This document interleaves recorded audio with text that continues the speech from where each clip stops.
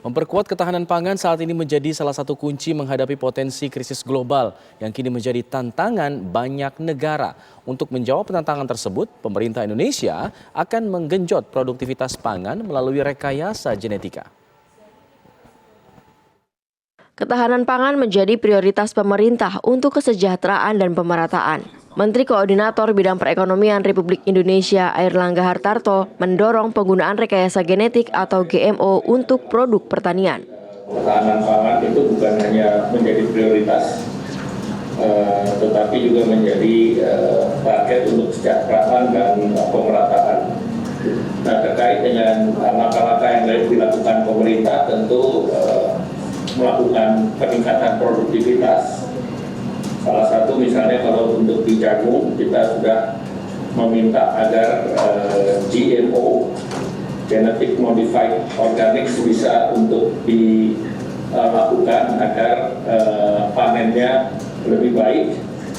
Untuk menjawab tantangan tersebut diadakan diskusi ekonomi berdikari siap lawan krisis global dengan ketahanan pangan yang dihadiri oleh Airlangga Hartarto secara daring sebagai keynote speech. Rektor IPB dan peneliti dari berbagai ilmu guna menyampaikan gagasan dan rencana mengatasi permasalahan terkait ketahanan pangan. Impor pangan kita itu lonjakannya luar biasa besar. Dalam arti ketergantungan Indonesia terhadap impor pangan itu semakin lama semakin tinggi. Jadi ini saya kira yang perlu menjadi perhatian serius pemerintah. Karena apa? Karena kalau itu tidak, maka kita akan seperti sekarang ini as usual. Nanti pada titik tertentu ketika katakanlah konsumsi gandum kita hampir 50% dari konsumsi pangan pokok kita berada dalam suasana yang genting. Dan itu tidak lama itu. Kemungkinan di tahun 2045 konsumsi gandum kita sudah akan mendekati 50%.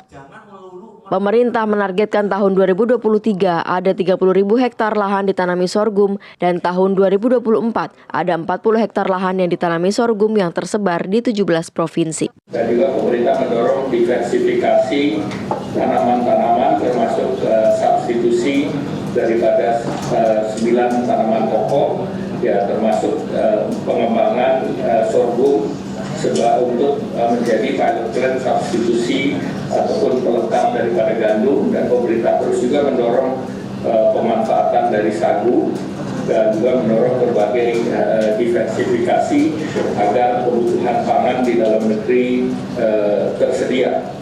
Dan pemerintah terus memonitor dari segi ketersediaan, dari segi harga maupun tingkat inflasi.